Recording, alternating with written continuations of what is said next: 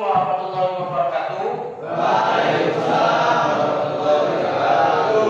Siswa-siswi Bapak pada pagi hari ini, siswa-siswinya apakah pada pagi hari ini sehat semuanya? Ya. Apakah pada pagi hari ini ada yang galau? Ya. Apakah pagi hari ini ada yang putus cinta? Ya.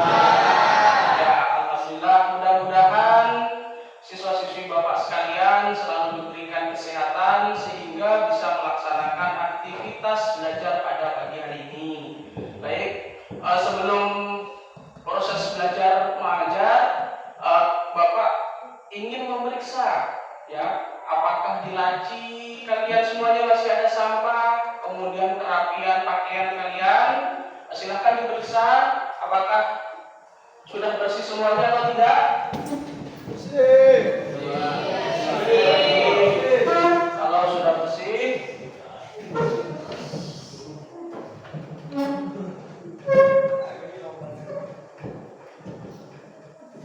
silakan kalian pimpin untuk berdoa. Bapak minta Abi Trianto sebagai ketua kelas pimpin untuk berdoa dulu ya.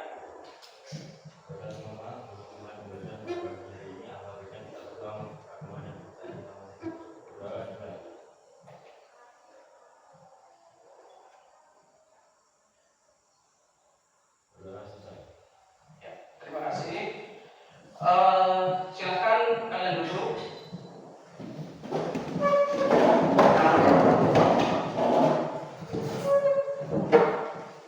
Nah, siswa-siswi yang Bapak cintai, jadi di pagi hari ini ya, Bapak akan mengabsen kehadiran kalian semua.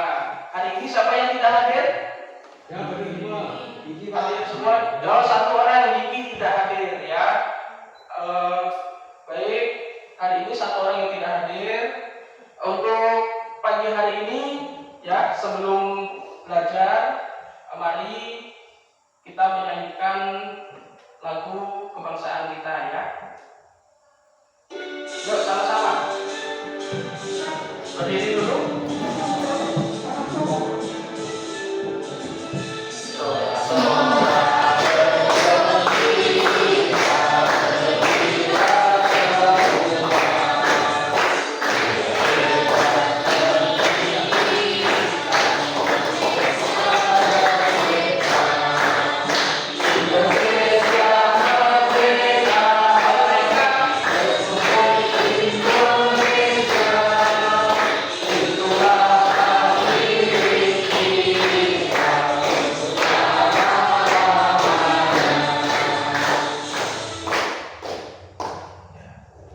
Oke, baik, silakan duduk kembali.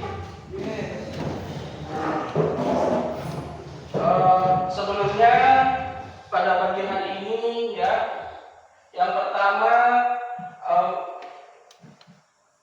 Bapak akan menanyakan ulang materi di minggu lalu ya. Di minggu lalu kita belajar tentang apa itu ekonomi internasional, kemudian pemahaman tentang ekonomi internasional. Masih ingat siswa-siswi Bapak sekalian apa itu ekonomi internasional? Ya. Oh, silakan. Ya. Ekonomi internasional adalah cabang ilmu ekonomi yang mempelajari segala sesuatu mengenai hubungan ekonomi antar negara.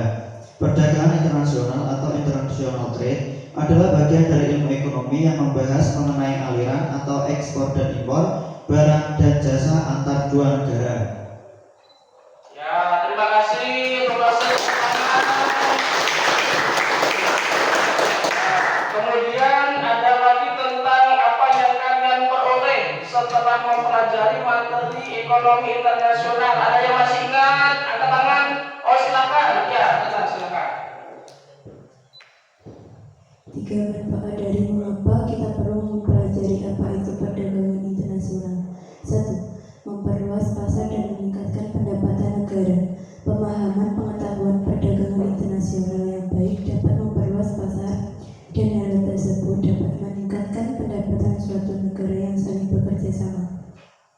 2. Peluang kerja yang terbuka. Manfaat mempelajari perdagangan internasional lainnya adalah terbukanya peluang kerja yang lebih luas. 3. 3. Meningkatkan kemakmuran suatu negara. Manfaat mempelajari perdagangan internasional selanjutnya yakni dapat meningkatkan kemakmuran negara. Ya, baik, kita tepuk tangan. Terima kasih siswa-siswi Bapak sekalian. Kalian semuanya masih ingat materi di minggu lalu tentang materi ekonomi internasional. Baik, sebelum kita masuk ke pelajaran selanjutnya, ada beberapa hal yang Bapak sampaikan tentang kata-kata motivasi hidup, ya, yaitu hidup adalah mimpi bagi mereka yang bijaksana, ya. Kemudian permainan bagi mereka yang bodoh, komedi bagi mereka yang kaya, dan tragedi mereka yang miskin. Ini adalah menurut Salom Elysium, ya. Nah, selanjutnya hari ini kita akan belajar tentang di bab 3, ya. Bab 3 tentang APBN dan APBD.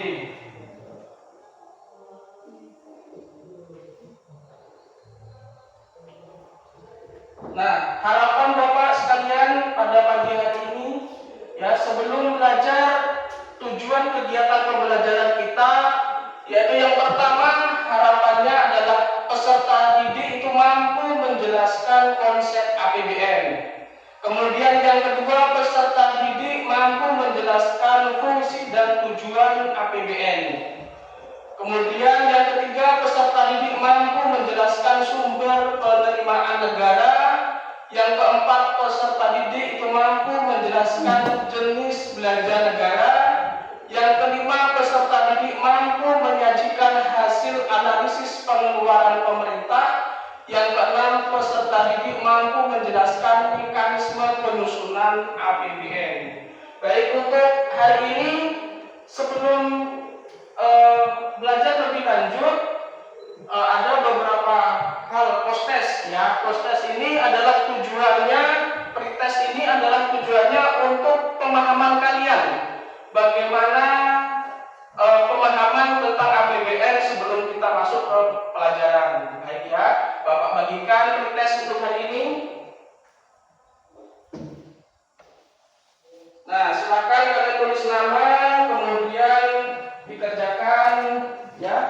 Waktu mengerjakan ini adalah selama 10 menit, ya. Silakan kalian tulis nama, kemudian dijawab, ya.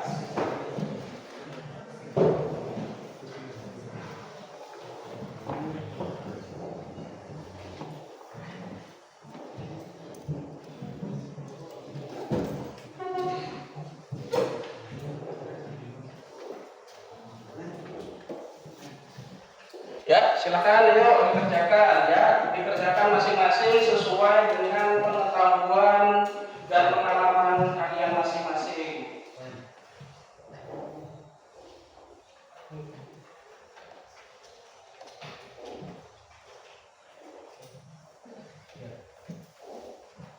Ya, waktunya 10 menit. 10 menit dimulai dari sekarang. Ya, silakan tulis nama, kemudian kalian pelajari, ya.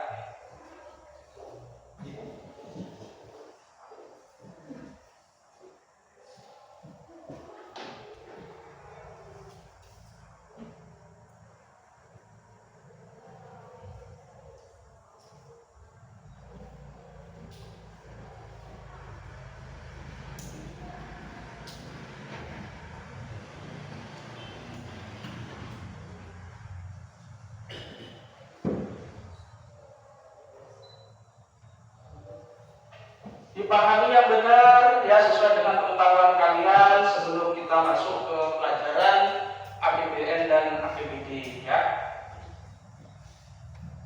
Ada yang sudah selesai? Sudah? Baik, kalau sudah selesai, Bapak minta kembali.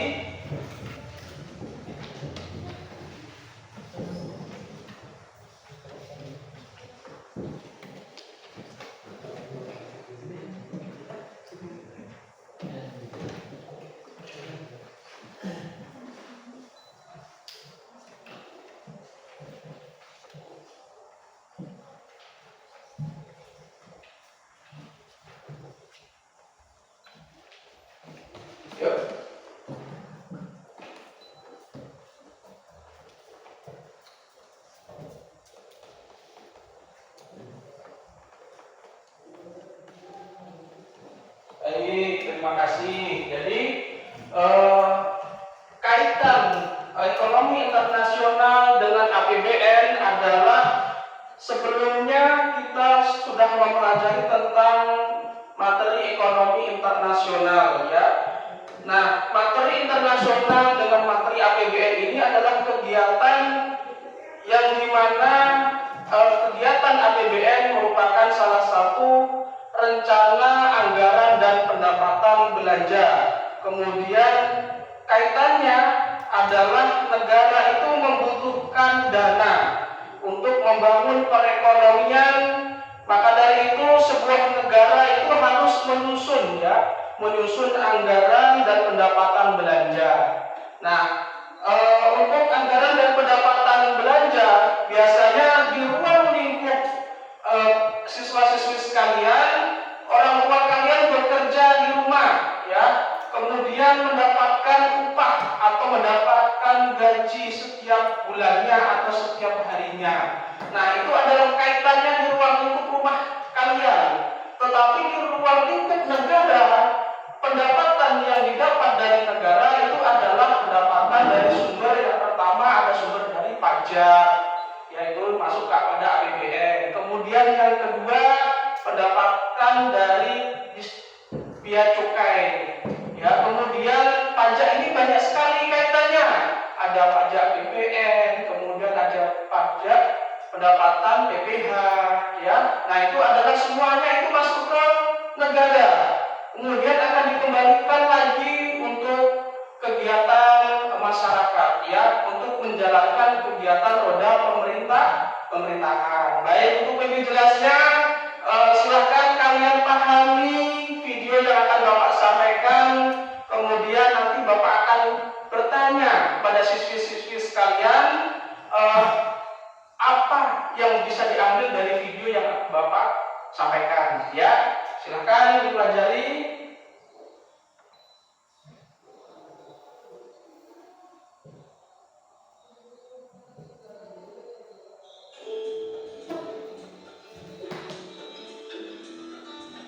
Halo, ini Adul. Kalau punya uang 1 triliun, Adul pengen pergi ke luar angkasa. Kalau Ria, pasti pilih untuk ke Korea buat ketemu idolanya. Sedangkan Pak Jojo memilih uangnya ditabung untuk biaya sekolah anaknya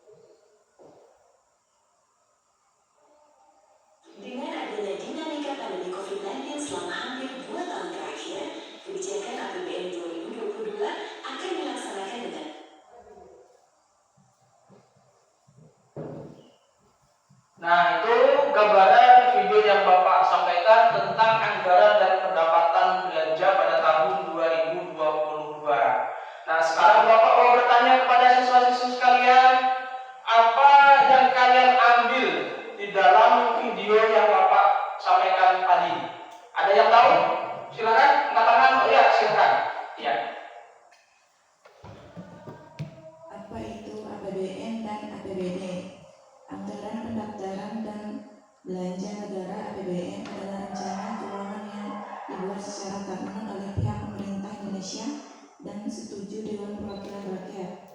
Selain itu, APBN juga berisi mengenai daftar sistematis yang telah dirinci dan membuat semua rencana pemerintahan dan pelanggaran anggaran negara selama kurun waktu 1 tahun. Sedangkan anggaran pendaftaran belanja daerah APBD merupakan salah satu rencana keuangan tahunan dari pemerintah Indonesia dan telah disetujui oleh Dewan Perwakilan Rakyat Daerah. APBD juga telah ditetapkan dengan peraturan perundang-undangan. Tahun anggaran APBD adalah 1 tahun mulai dari 1 Januari sampai dengan 31 Desember. Ya, tepuk tangan. Nah, selanjutnya ada lagi yang tahu tentang kesimpulan yang kita ambil tentang video tadi? Oh ya, silakan. Fungsi APBN yang pertama adalah fungsi otorisasi. Secara umum, APBN merupakan anggaran yang fungsinya untuk membantu pemerintahan dalam merencanakan kegiatan yang akan mereka lakukan selama 1 tahun ke depan. APBN juga merupakan anggaran negara yang berasal dari pendapatan yang bersumber dari rakyat. Ya, tepuk tangan. Ada lagi? Ada lagi? Oh, silakan. Silakan. APBN dapat digunakan melakukan berbagai pengadaan barang-barang serta berbagai jasa publik yang sudah beroperasi. Ya, ya, oke. Terima kasih. Ya. Jadi sekarang kita masuk ke materi kita. Materi kita di bab 3 tentang APBN dan APBD, di mana APBN itu adalah rencana keuangan tahunan pemerintah, ya. Di mana negara Indonesia yang di mana APBN itu harus disetujui oleh DPR, ya. APBN itu berisi tentang apa? APBN itu berisi tentang sistem terperinci yang memuat penerimaan dan pengeluaran negara selama 1 tahun. Periodenya berapa? 1 Januari sampai 31 Desember, ya. Kemudian ada fungsi APBN.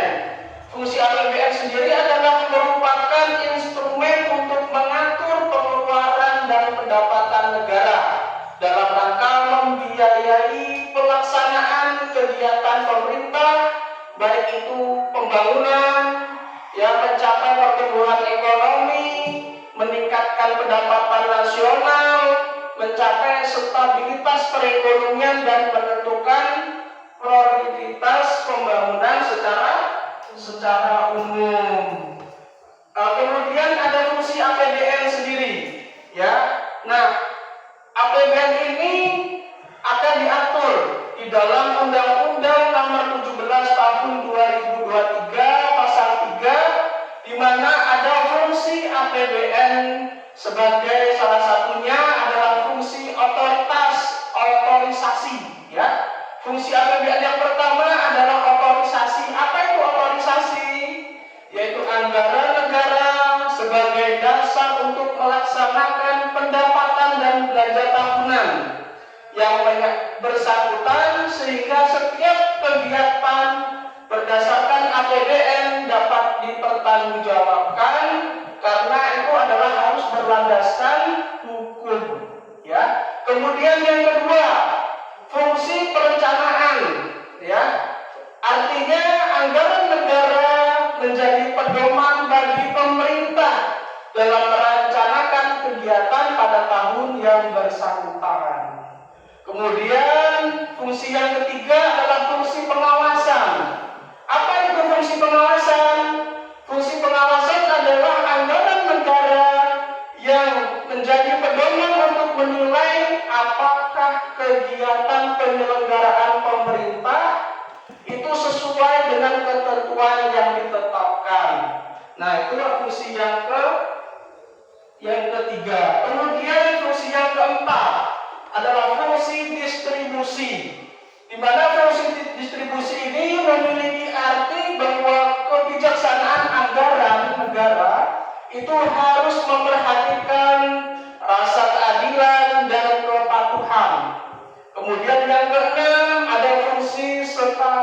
stabilisasi. Apa itu artinya? Artinya adalah anggaran pemerintah itu menjadi alat untuk memelihara, mengupayakan keseimbangan fundamental perekonomian, ya. Yaitu adalah salah satu fungsi dari APBN. Kemudian tujuan APBN sendiri yaitu ada berapa? Ada salah satunya adalah memelihara kestabilisasi ekonomi dan mencegah terjadinya defisit anggaran. Ya, kemudian sebagai pedoman penerimaan dan pengeluaran negara. Ya, selanjutnya keempat ini adalah sumber penerimaan negara. Apa saja sumber penerimaan negara? Yang pertama ada pajak. Ya, pajak ini adalah pungutan yang dilakukan oleh pemerintah terhadap wajib pajak tertentu berdasarkan undang-undang. Kemudian yang kedua, penerimaan negara bukan pajak. Contohnya apa? Penerimaan yang bersumber dari pengelolaan BUMN. Ya, BUMN itu apa? Badan usaha milik negara. Kemudian yang ketiga, penerimaan hibah. Penerimaan hibah ini dapat diperoleh pemerintah dari individu, instansi atau pemerintah dalam maupun luar negeri, ya. Selanjutnya yang kelima ini adalah jenis-jenis pengeluaran negara. Ya, pengeluaran negara ini apa saja? Pengeluaran yang dimasukkan sebagai kelompok belanja pengeluaran.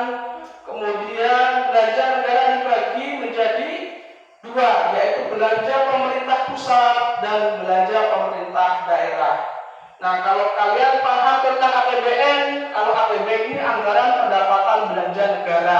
Biasanya ini yang berada di pusat. Pusat kita adalah di ibu kota, ya.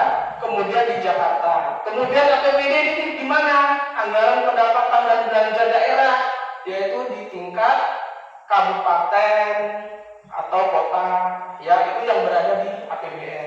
Baik, ya. Baik, untuk lebih jelasnya, mari kita simak video berikut tentang APBN, ya. Ketidakpastian ekonomi global yang semakin tinggi serta berbagai tantangan dan kendala pembangunan yang masih harus dihadapi, pemerintah bersama DPR menunjukkan komitmen kuat untuk mengoptimalkan APBN tahun 2024. APBN diharapkan menjadi instrumen yang responsif terhadap dinamika ekonomi, menjawab tantangan, dan mendukung agenda pembangunan nasional. APBN diarahkan untuk berperan optimal sebagai shock absorber, yaitu melindungi rakyat dan menstabilkan ekonomi dari guncangan global, agen pembangunan dengan mempercepat transformasi ekonomi, serta instrumen kesejahteraan untuk mewujudkan kesejahteraan rakyat. Oleh karenanya, arsitektur APBN 2024 diarahkan untuk mempercepat transformasi ekonomi yang inklusif dan berkelanjutan. Transformasi ekonomi ini adalah strategi untuk meningkatkan produktivitas, inovasi, dan nilai tambah di dalam mendorong pertumbuhan ekonomi secara lebih merata. Untuk mewujudkannya, strategi jangka pendek pemerintah mencakup penghapusan kemiskinan ekstrim, penurunan stunting, pengendalian inflasi, dan peningkatan investasi. Sementara itu, strategi jangka menengah melibatkan peningkatan kualitas sumber daya manusia, percepatan pembangunan infrastruktur, perbaikan kelembagaan dan penyederhanaan regulasi, peningkatan nilai tambah sumber daya alam, serta pengembangan ekonomi berkelanjutan. Dengan mempertimbangkan dinamika perekonomian, APBN 2024 didasari oleh asumsi dasar ekonomi makro atau ADEM dengan pertumbuhan ekonomi sebesar 5,2%, inflasi yang terkendali sebesar 2,8%, nilai tukar rupiah sebesar Rp15.000 per US dollar, suku bunga SBN 10 tahun sebesar 6,7%, harga minyak mentah sebesar 82 US dollar per barel, lifting minyak sebesar 635.000 barel per hari, serta lifting gas sebesar 1.033.000 barel setara minyak per hari. Optimalisasi pendapatan negara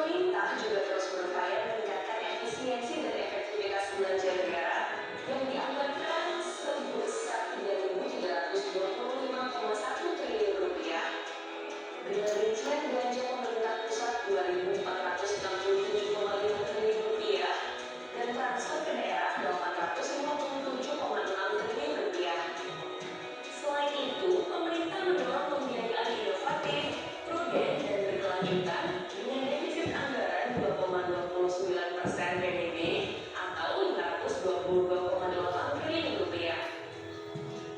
APBN 2024 mempunyai 6 anggaran prioritas untuk mendukung transformasi ekonomi. Pertama, anggaran pendidikan sebesar 665 triliun rupiah untuk meningkatkan sumber daya manusia berkualitas dan berdaya saing.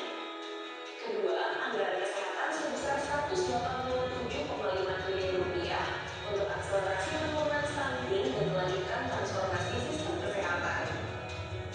Ketiga, anggaran perlindungan sosial atau Permensos sebesar 496,8 triliun rupiah untuk mempercepat penurunan kemiskinan, meningkatkan kesejahteraan, dan pembangunan SDM jangka panjang. Keempat, anggaran infrastruktur sebesar 423,4 triliun rupiah untuk mendukung pengembangan ekonomi dan pelayanan dasar. Kelima, anggaran ketahanan pangan sebesar 114,3 triliun rupiah diarahkan untuk peningkatan ketersediaan, akses, dan stabilisasi harga pangan.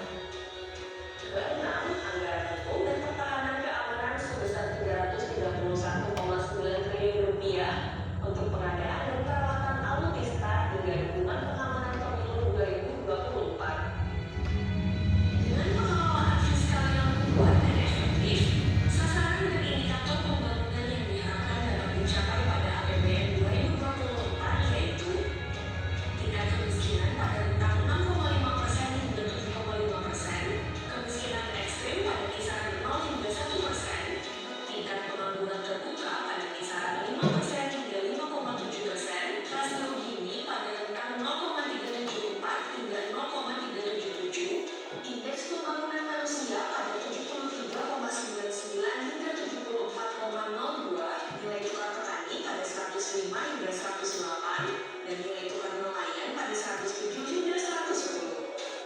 APBN 2024 mempercepat transformasi ekonomi yang inklusif dan berkelanjutan. Baik, itu adalah salah satu penerimaan negara, ya. Nah, selanjutnya pada hari ini adalah kalian membuat kelompok, ya. Fungsinya adalah memahami tentang apa saja pendapatan negara, apa saja pendapatan daerah, ya, sehingga bisa kalian simpulkan sesuai dengan materi kita hari ini. Baik, untuk pembuatan kelompok sesuai kemarin yang sudah minggu-minggu lalu Bapak sampaikan kepada kalian bahwa ada kelompok, masing-masing ada kelompok konsumen, silahkan bergabung kelompok konsumen, kelompok produsen, kelompok distributor, ya, silahkan bergabung, ya, silahkan bergabung sesuai dengan kelompoknya masing-masing. Dan Bapak akan membagikan kertas ini untuk kalian buat sesuai dengan kelompoknya, ya. Dan kelompok distributor kemarin, ya, kelompok distributor.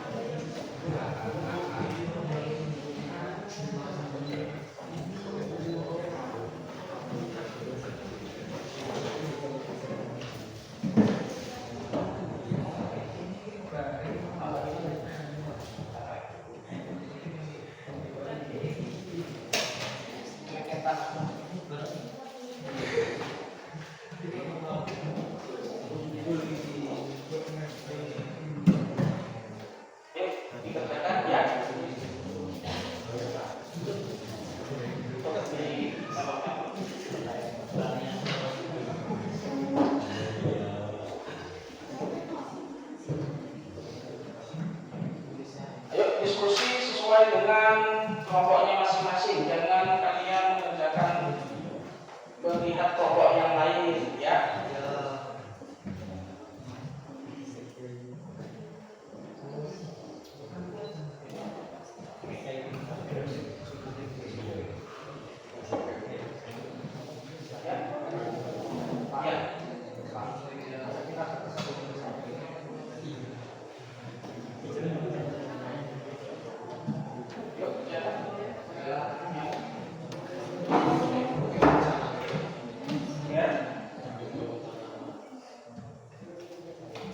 Ya, silakan dikerjakan. Waktu mengerjakan 30 menit, ya. Ya, 30 menitnya dimulai dari sekarang. Silakan kalian pahami sesuai dengan materi kita hari ini.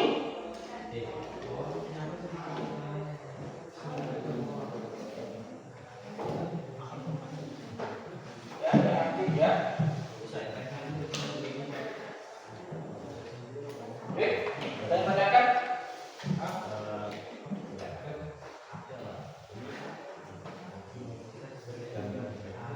Ya, apa?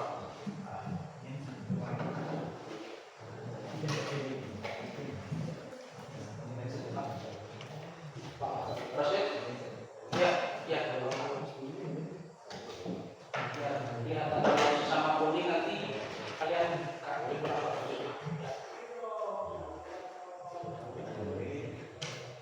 Yuk, klik. Mana nih teman-teman?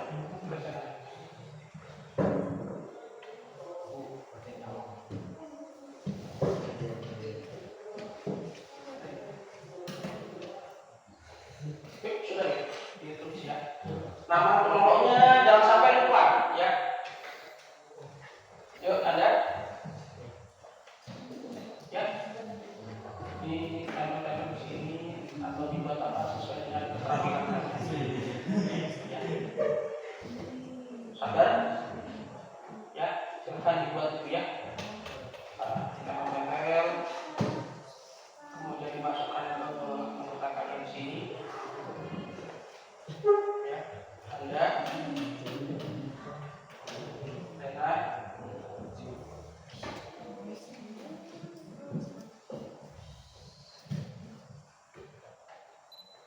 jangan dipahami, dipelajari di sini. Ya, apa nanti pas presentasi di depan kan kalian biasanya enak. Nanti dibuat siapa yang harus membaca, dibaca. Jangan tinggal penerangkan satu persatu. Pokoknya nama kalian. Ya, di bawah di depan. Nama saja mungkin ada, tapi tahu satu persatu. Ya.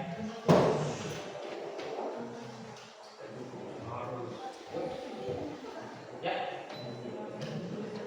Anda?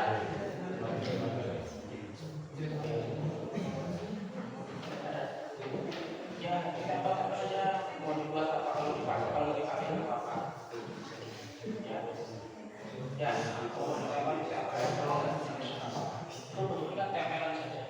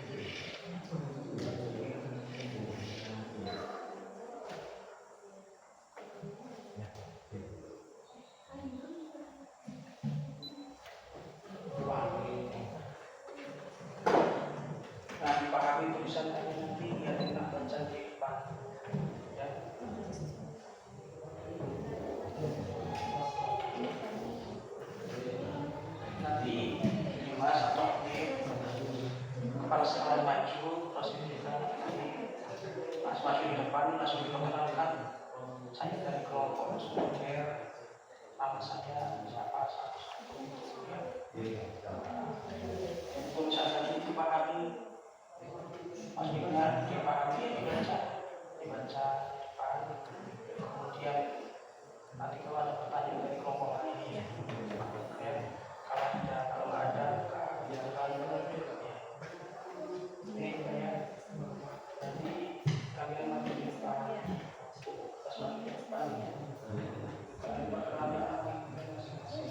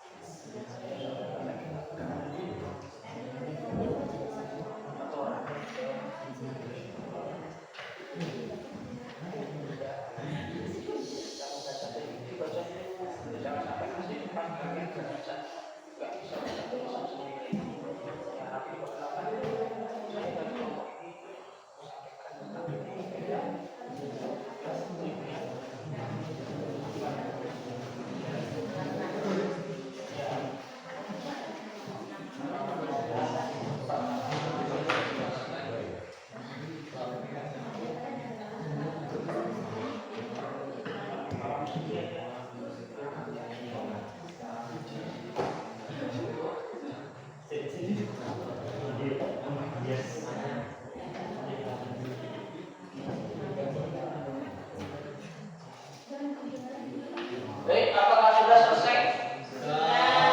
Baik ya, kalau sudah selesai, silakan kalian maju berdasarkan kelompok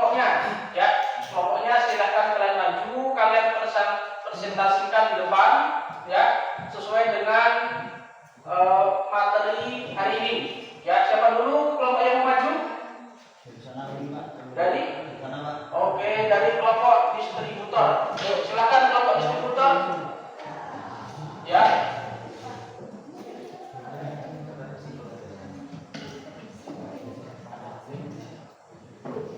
Ayo di depan. Ya.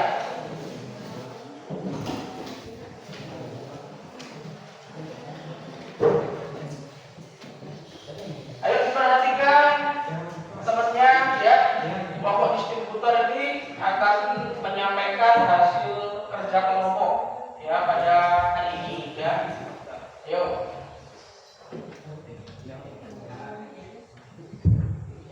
Yuk. Selamat pagi semuanya. Pagi. Perkenalkan, kami dari kelompok distributor.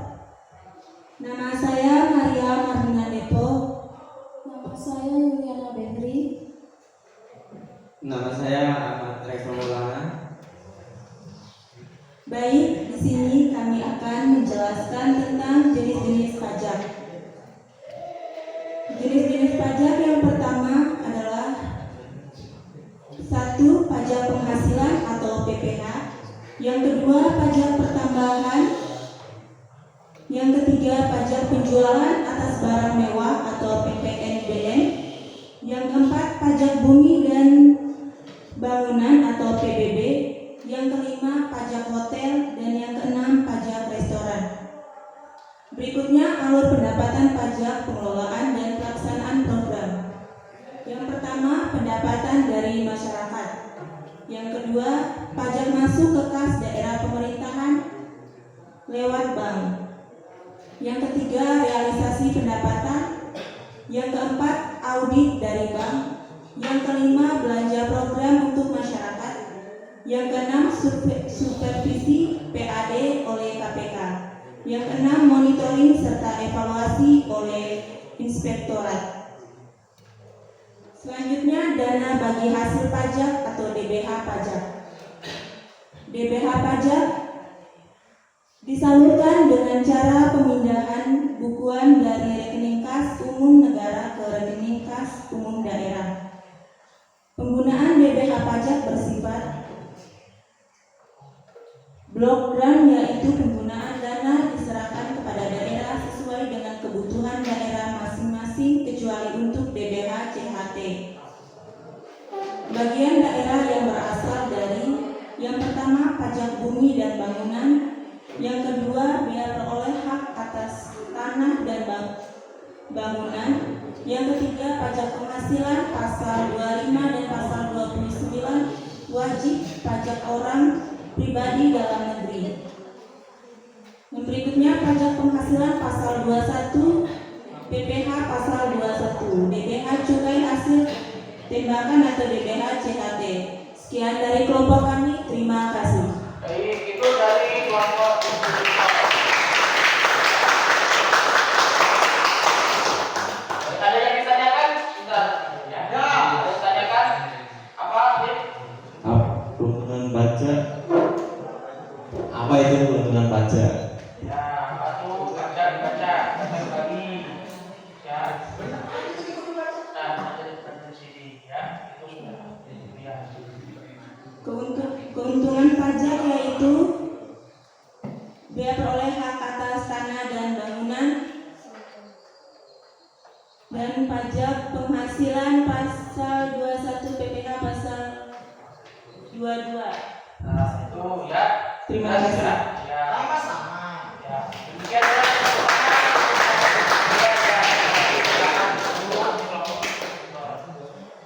Ya. Silakan kelompok yang lain, silakan maju ke depan. Naik. Pas. Ayo. Ayo, lihat. Kelompok lain ada. Ayo, sabar, ayo.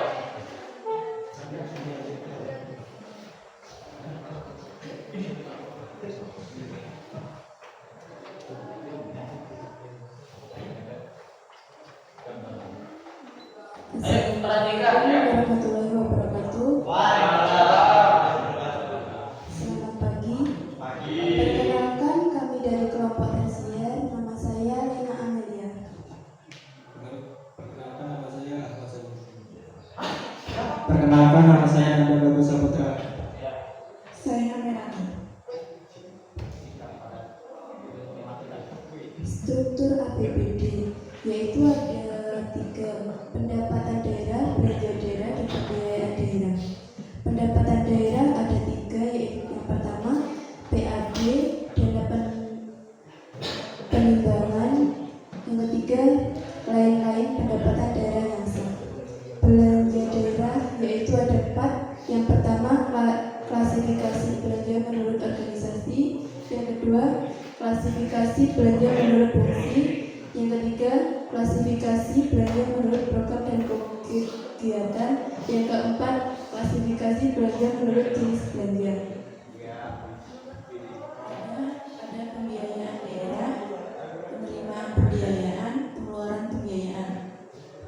Dan pengertiannya, APBD adalah rencana keuangan tahunan pemerintah daerah di Indonesia yang disetujui oleh DPRD. Dalam APBD tergambar semua hak dan kewajiban daerah dalam rangka menyelenggarakan pemerintah dan yang dapat dinilai dari uang, termasuk di dalamnya segala bentuk kekayaan yang berhubung dengan hak dan kewajiban daerah tersebut dalam kurun waktu 1 tahun. Ada pertanyaan dari kelompok lain? Gantian Bapak, kelompok lain yang ada. Ya, nggak ada? Ya, silakan. Apa saja contoh dari jumlah presiden? Sesuai yang di sini ya, tanyakan ya. Ya, dibacakan ya semua.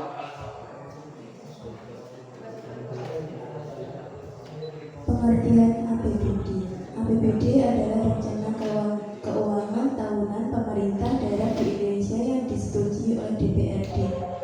Dalam APBD tergambar semua hak dan kewajiban daerah dalam rangka penyelenggaraan pemerintah daerah yang dapat dinilai dengan uang, termasuk di dalamnya segala bentuk kekayaan yang berhubungan dengan hak dan kewajiban daerah tersebut dalam kurang waktu 1 tahun. Cukup sekian presentasi dari kelompok kami.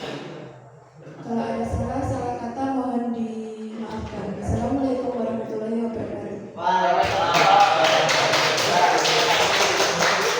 Dari kelompok lain silakan.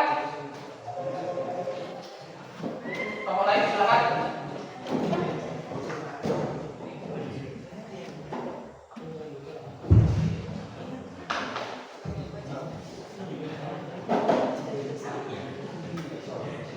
Selamat pagi semuanya.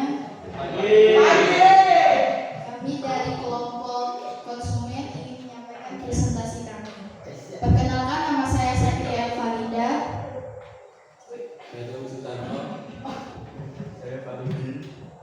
Saya Rina Pujastuti. Sumber pendapatan negara.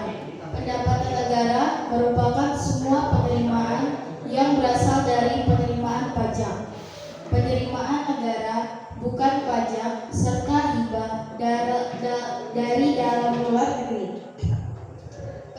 Penerimaan pajak. Yang pertama, pajak penghasilan. Kedua, pajak penambahan nilai. Ketiga, pajak penjualan atas barang mewah. Keempat, pajak bumi dan bangunan. Kelima, pajak ekspor. Keenam, pajak perdagangan internasional. Ketujuh, bea masuk dan cukai. Hibah, penerimaan kepada pemerintah tetapi bukan bersifat pinjaman. Hibah diberikan tanpa kontrak khusus.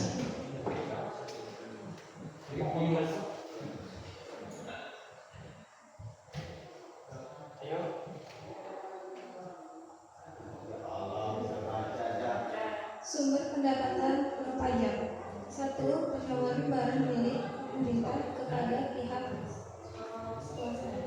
Kedua, keuntungan BUMN. 3. Harta tanah.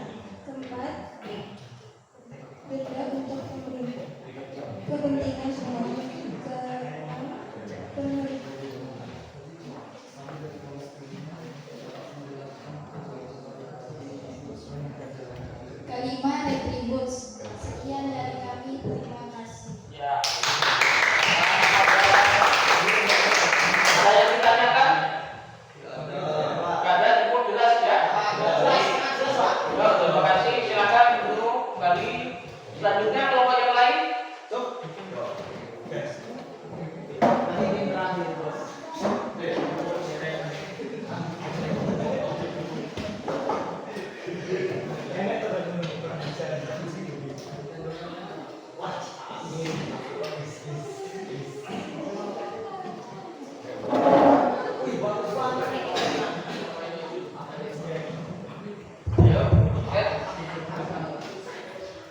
Assalamualaikum warahmatullahi wabarakatuh.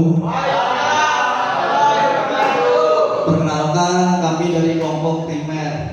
Nama saya Yuswanto Dani. Nama saya Ahmad Taifur. Nama saya Giri. Nama saya Diki.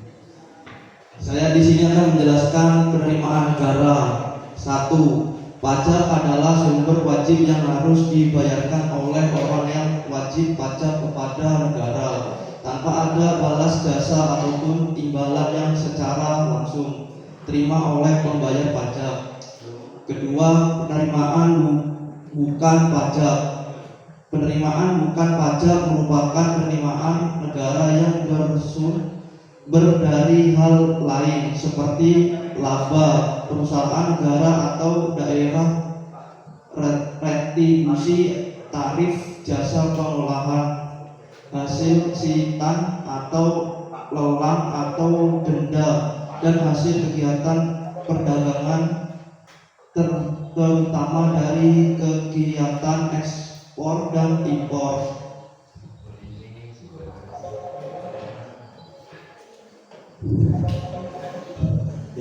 Pinjaman atau utang. Pinjaman bisa berasal dari dalam negeri maupun luar negeri. Contohnya, pinjaman dalam negeri adalah sertifikat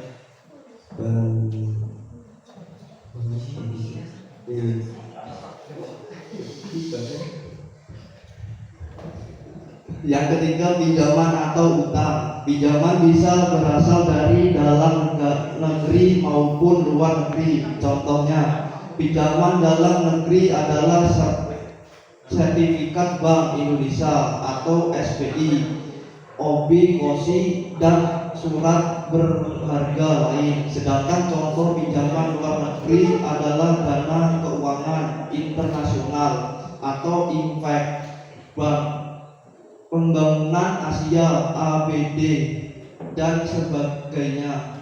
Yang keempat, pencipta uang. Pencipta pertama uang saat ini sudah diserahkan kepada Bank Indonesia atau BI. Ya, Sekian dari saya, terima kasih. ya, tepuk tangan untuk kelompok primer. Ada pertanyaan? Ya, silakan. Itu gambar apa, Pak? Ayo, Dimas. Itu gambar apa? Itu gambar keuangan. Keuangan. Ya. Nah, itu ya presentasi dari kelompok primer. Nah, silakan dulu. Terima kasih. Selanjutnya kelompok. Ya, selanjutnya silakan.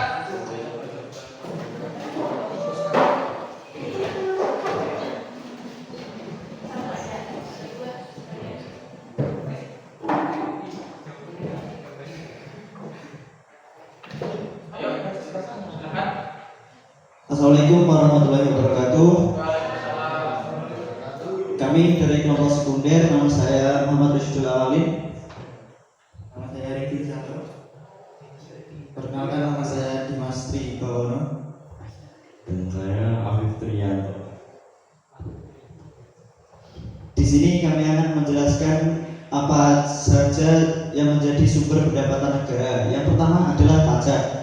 Pajak adalah sumbangan wajib yang harus dibayarkan oleh orang yang wajib pajak kepada negara tanpa ada balas jasa atau imbalan yang secara langsung diterima oleh pembayar pajak. Dan yang kedua, penerima bukan pajak merupakan penerimaan negara yang bersumber dari hal lain seperti laba, perusahaan negara atau daerah, retribusi, tarif jasa pelabuhan, hasil sitaan atau lelang atau benda, dan hasil kegiatan perdagangan. Nomor 3, pinjaman atau hutang. Pinjaman berasal dari negara maupun luar negeri. Contoh pinjaman dalam negeri adalah sertifikat Bank Indonesia SBI, obligasi dan surat berharga lain. Sedangkan contoh pinjaman luar negeri adalah dana keuangan internasional IMF, Bank Pembangunan Asia ADB, dan sebagainya. 4. Penciptaan uang. Penciptaan uang saat ini sudah disarankan kepada Bank Indonesia BI. Hal ini menjadi sumber pendapatan negara. 5. Bantuan luar negeri. Bantuan ini bisa bersumber dari lembaga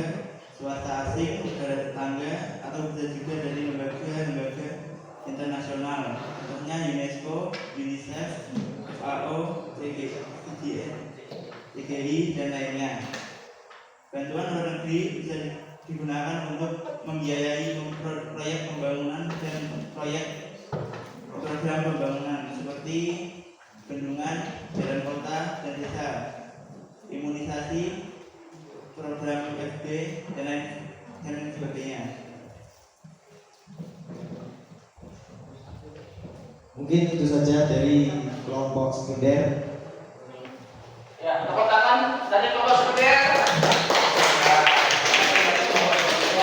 Ada pertanyaan dari kelompok lain? Silakan. Itu gambar apa, Pak? Ya. Ini gambar perucapan terima kasih dari sosok hantu. Oh, ya. Nah, gambarnya ini gambar APBN. APBN. Ya, demikian ya untuk presentasi dari kelompok sekunder. Silakan, terima kasih kelompok sekunder. Untuk tempatnya masing-masing ya.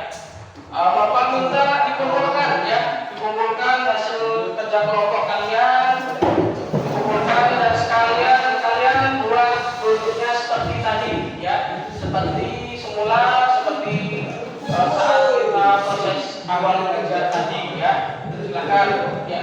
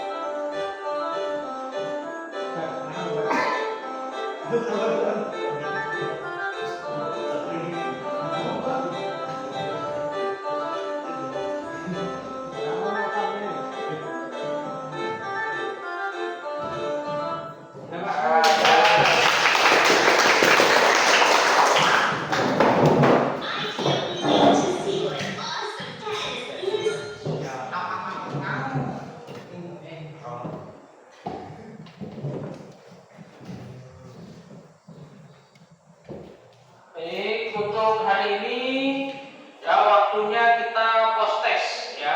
Post test ini bertujuan untuk memahami seberapa ya kemampuan kalian menyerap pelajaran hari ini ya. Nah, silakan ya. Ini post test kalian kerjakan, tulis namanya sesuai yang ada di sini. Jadi ini Bapak bagikan tentang LKPD ya. LKPD ini lembar kerja peserta didik ya. Silakan LKPD-nya dikerjakan dulu.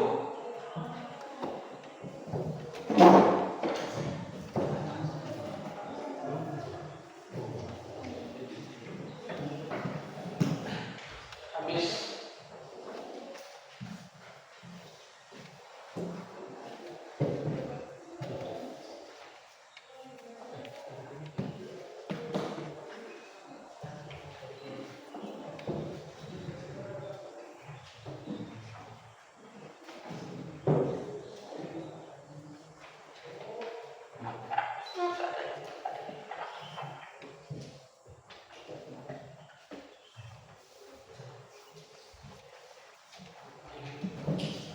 silakan tulis namanya masing-masing.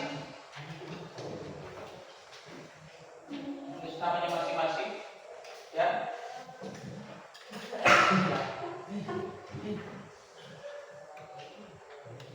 Tulis namanya masing-masing, kerjakan LKPD kita hari ini ya.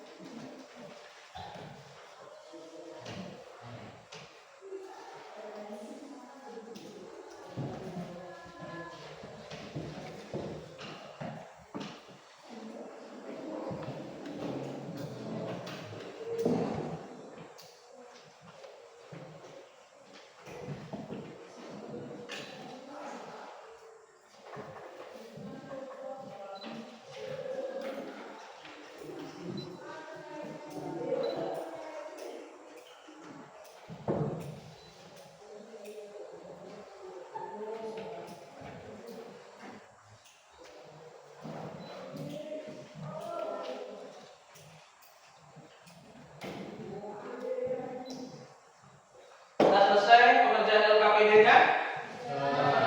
Sudah selesai? Kalau sudah selesai, dikumpulkan ya.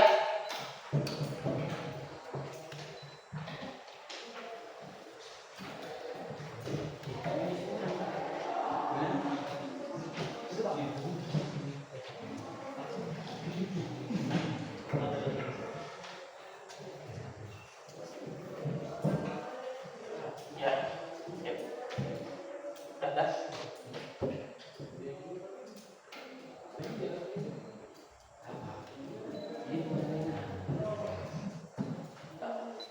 Baik, setelah mengerjakan LKPD, kalian mengerjakan post test ya. Mengerjakan post test. Kembali.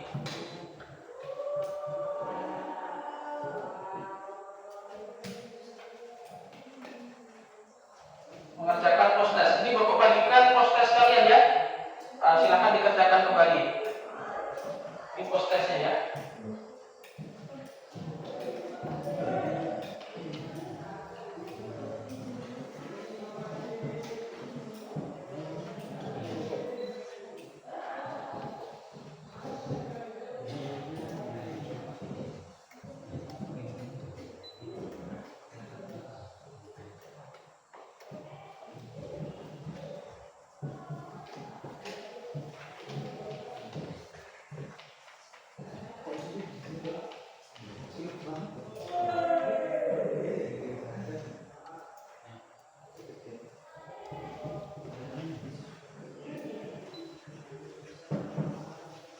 Silakan ditulis namanya masing-masing, ya.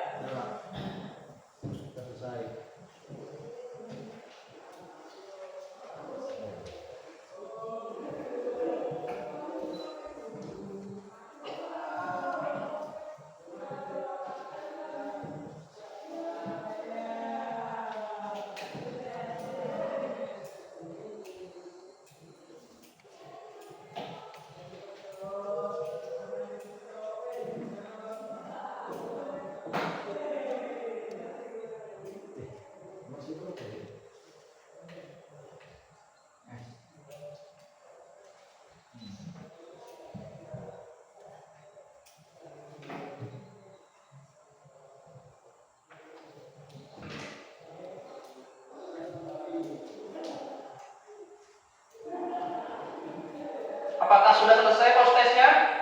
Ya, baik ya. Silakan dikumpul kembali yang sudah selesai.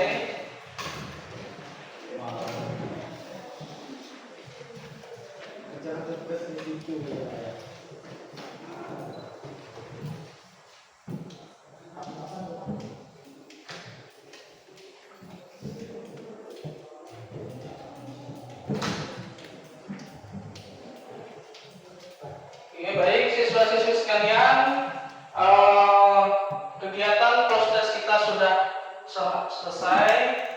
Dalam hal ini perlu Bapak simpulkan ya, Bapak simpulkan tentang hasil kita belajar mengajar di si pagi menjelang siang ini. Untuk hasil diskusi praktek kelas di sini adalah termasuk Bapak nilai excellent.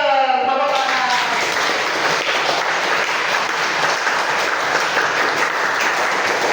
Ya, sangat luar biasa, bagus sekali. Selanjutnya untuk penilaian pengetahuan ya, di mana hasil proses tadi ya, proses awal nilai kalian rata-rata di angka 65. Setelah nilai hasil akhir pada kali ini, hasil dari postesnya adalah nilai 95. Sangat luar biasa.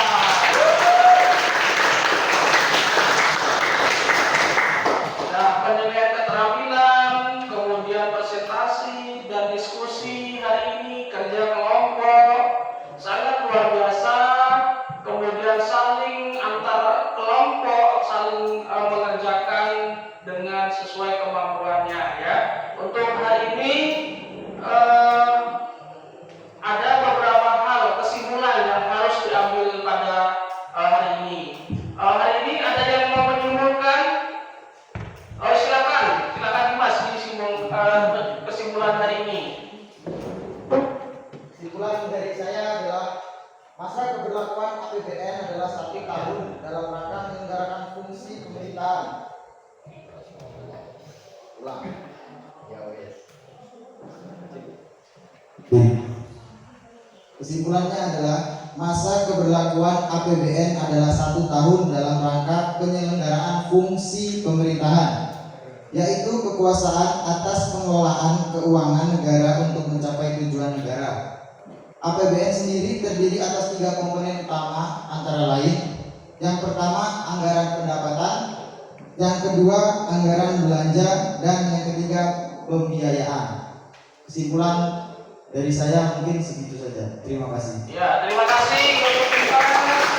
Ada lagi yang bisa menyimpulkan pertemuan hari ini? Oh, silakan.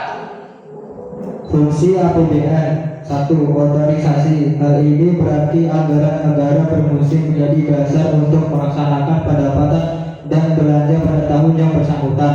2. Perencanaan. Suatu anggaran negara berperan menjadi pedoman bagi manajemen dan merencanakan kegiatan pada tahun yang bersangkutan. 3. Pengawasan. APBN berfungsi untuk menilai apakah kegiatan penyelenggaraan pemerintah negara sesuai dengan ketentuan yang telah ditetapkan. 4. Alokasi. Fungsi alokasi APBN adalah anggaran negara harus diarahkan untuk mengurangi pengangguran dan pemborosan sumber daya serta meningkatkan efisiensi dan efektivitas perekonomian. 5. Distribusi. Fungsi distribusi APBN artinya kebijakan anggaran negara harus memperhatikan rasa keadilan dan kepatutan. 6. Stabilisasi. Fungsi stabilisasi mengandung arti bahwa anggaran pemerintah menjadi alat untuk memelihara dan mengupayakan keseimbangan fundamental perekonomian. Ya, terima kasih Raja. Ada lagi yang bisa menyimpulkan? Oh, silakan. Mana?